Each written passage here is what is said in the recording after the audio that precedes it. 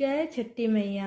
ছট পূজাটা বিহারে কতটাই স্পেশাল সেটা তো তোমরা জানোই, কিন্তু এখন কিন্তু খালি বিহারে না, ছট পূজাটা সব জায়গায় ভালো করে সেলিব্রেট করা হয়।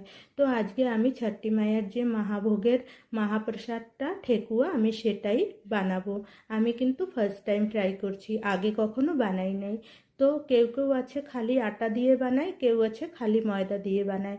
আজকে আমি আটা ময়দা দোনোটাই দিয়ে বানাবো। তো এক বাটি আটা নিয়ে নিলাম, এক বাটি ময়দা নিয়ে নিলাম, আর ছোট এক বাটি সুজি নিয়ে নিলাম। সব কিছু ভালো করে মিশিয়ে এক বাটি নারকেলের বুড়াদা নিয়ে নিয়েছি, এক চামচ সব নিয়েছি। আর এই গুড়টা কিন্তু আমি আগেই মেল্ট করে নিয়েছিলাম। 2 চামচ ঘি দিয়ে ভালো করে মিশিয়ে ময়ম দিয়ে এভাবে মেল্ট করা গুড় অল্প অল্প দিয়ে এভাবে মেখে নেব। এখন গোল গোল শেপ দিয়ে এই ঝাড়াটার সাহায্যতে আমি একটা ডিজাইন দিয়ে দিলাম।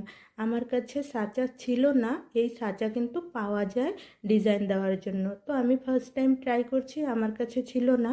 তো আমি এরকম একটা ডিজাইন দিয়ে নিলাম।